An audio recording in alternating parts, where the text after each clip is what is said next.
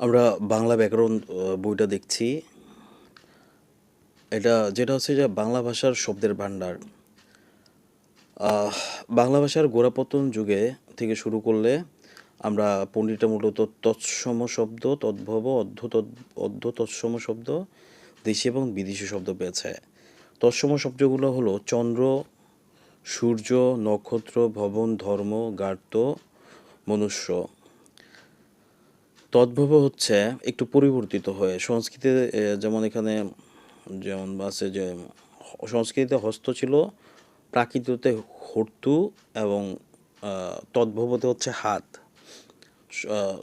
চর্মকার, চম্রোয়ার এবং চামার। এভাবে কিছু শব্দ আছে। অর্ধ তৎসম শব্দগুলো হচ্ছে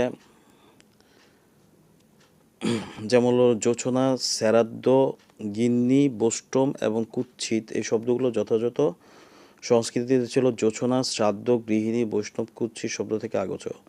তাহলে জোছনা, শ্রাদ্ধ, গিন্নি, বোষ্টম এবং কুৎসিত।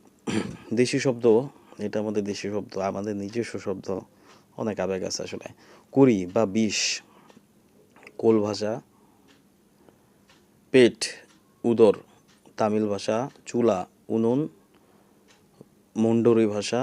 এরূপ, কুলা, গঞ্জ, চুঙ্গা, টোপর, ডাব, ঢেকি, ডাগর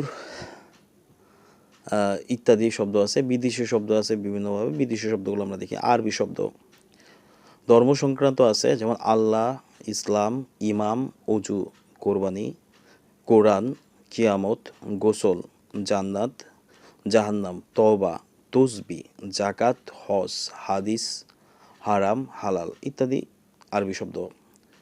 আরও কিছু শব্দ আছে।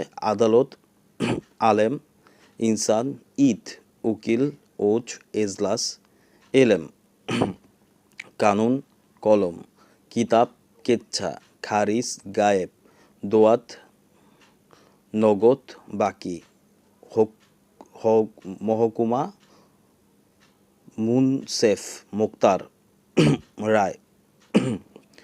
ফার্সি শব্দ খোদা, গুনা, দোজক, নামাজ, পয়গম্বর, ফেরেস্তা, বেহেস্ত, রোজা।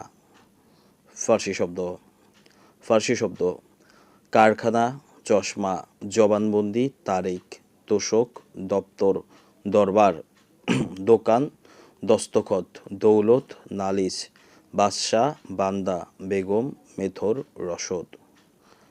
বিবিধ শব্দ রয়েছে ফার্সি শব্দর।